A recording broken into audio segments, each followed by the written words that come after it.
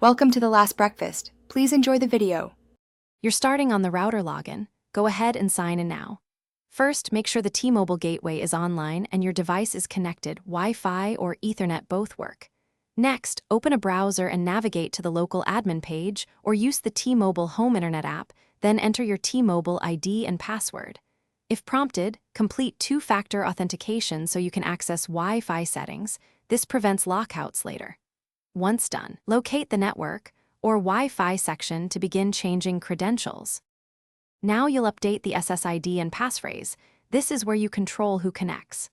In the Wi-Fi settings, choose the band you want to change, often 4 GHz or 5 GHz. Many gateways show both. Edit the SSID to a new recognizable name, then set a strong password of 12 or more characters with letters, numbers, and symbols so it resists guessing. Make sure to save or apply changes. The router may restart the wireless radio and drop connected devices briefly. Finish by confirming the changes took effect. Save settings, and if the gateway restarts, wait until all LEDs show ready.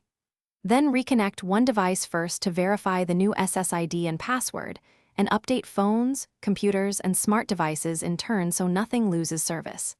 If you can't access the admin page afterward, try clearing browser cache or use the T-Mobile app.